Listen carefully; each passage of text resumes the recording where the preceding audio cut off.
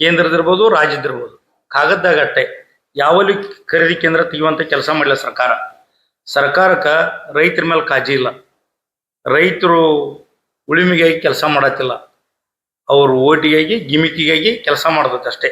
ಆದ್ರೆ ಈಗ ನಾವೇನ್ ಮಾಡ್ತೀವಿ ಅಂದ್ರೆ ಖರೀದಿ ಕೇಂದ್ರ ಜರಕರ ತೆಗೆದ್ರಕ್ಕೆ ಒಂದು ಡೇಟ್ ಕೊಡ್ತೀವಿ. ಆ ಡೇಟ್ನ ಪ್ರಕಾರ ತೆಗೆದ್ರಕ್ಕೆ ಮುಂದಿನ ದಿನಮಾನದೊಳಗೆ ಅಲ್ಲಿ ಏನರ ಆಯ್ತಪ್ಪ ಅಂದ್ರೆ ಈ ಹೋರಾಟದ ಸಮಸ್ಯೆ ಒಳಗೆ ಏನರ ಆಯ್ತಪ್ಪ ಅಂದ್ರೆ ತಹಶೀಲ್ದಾರ್ ಆಫೀಸ್ಗೆ ಇಲ್ಲಿ ಹಾಕೋದಾಗಿರ್ಬೋದು, ರಸ್ತಾ ರೋಕ್ ಚಳವಳಿ ಮಾಡೋದಾಗಿರ್ಬೋದು, ಇಂಥ ಚಳವಳಿಗೆ ಏನರ ಆಯ್ತಪ್ಪ ಅಂದ್ರೆ ಈ ನಮ್ಮ ರಾಜ್ಯ ಸರ್ಕಾರ ಹೊಣೆ, ನಮ್ಮ ತಾಲೂಕು ಆಡಳಿತ ಹೊಣೆ ಅಂತ ಹೇಳಕ್ ಇಷ್ಟಪಡ್ತೀನಿ. ಸರ್, ಇನ್ನೊಂದು ವಿಚಾರ ಹೇಳ್ತೀನಿ ನಾನು. ಇದೇನು ಸೈದಾಪುರ ಘಟನೆ ಆಗೈತಲ್ಲ, ಇದು ಬಾಗಲಕೋಟೆ ಜಿಲ್ಲಾದೊಳಗೆ ಫ್ಯಾಕ್ಟ್ರಿ ಚಳವಳಿ ನಡೆದಾಗ ಫ್ಯಾಕ್ಟ್ರಿ ಚಾಲು ಹೋಗಂತ ಏನು ಘಟನೆ ಐತಲ್ಲ, ಇದೇ ಥರ ನಮ್ಮ ಗುರ್ಲಾಪುರದಾಗ ನಡೆದಾಗ ಸರ್ ಲಕ್ಷ ಗಂಟ್ಲೆ ಜನ ಗುರ್ಲಾಪುರದಾಗಿದ್ದಾಗ ನಂದಿನಿ ಫ್ಯಾಕ್ಟ್ರಿ ಅನ್ನೋಂಥದ್ದೊಂದು ಫ್ಯಾಕ್ಟ್ರಿ ಚಾಲು ಮಾಡಿದ್ದಾರೆ ಚಿಕ್ಕೋಡಿ ತಾಲೂಕದಾಗ.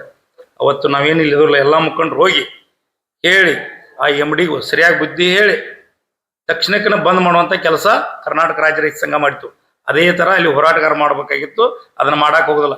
ಅವತ್ತು ಫ್ಯಾಕ್ಟ್ರಿ ಒಳಗೆ 30ರಿಂದ 40 ಗಾಡಿಗಳಿದ್ದು ಬೇರೆ ಬೇರೆ ಕಾರ್ಖಾನೆಗೆ ಓಡಿಸಿ ಕಳಿಸುವಂತ ಕೆಲಸ ಮಾಡಿದ್ರು. ಗೋಡೌನ್ದಾಗ ಮುತ್ಕೊಂಡಿದ್ರು.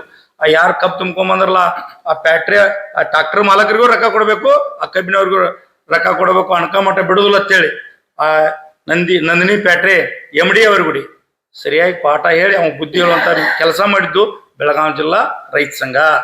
ಅದಕ್ಕೆ ಎಲ್ಲಾ ರೈತ ಸಂಘದವ್ರಿಗೆ ಹೇಳ್ತೀವಿ, ನಾವ್ ಯಾರು ದುಷ್ಟರಲ್ಲ, ಯಾರು ವಿರೋಧಿಗಳಲ್ಲ.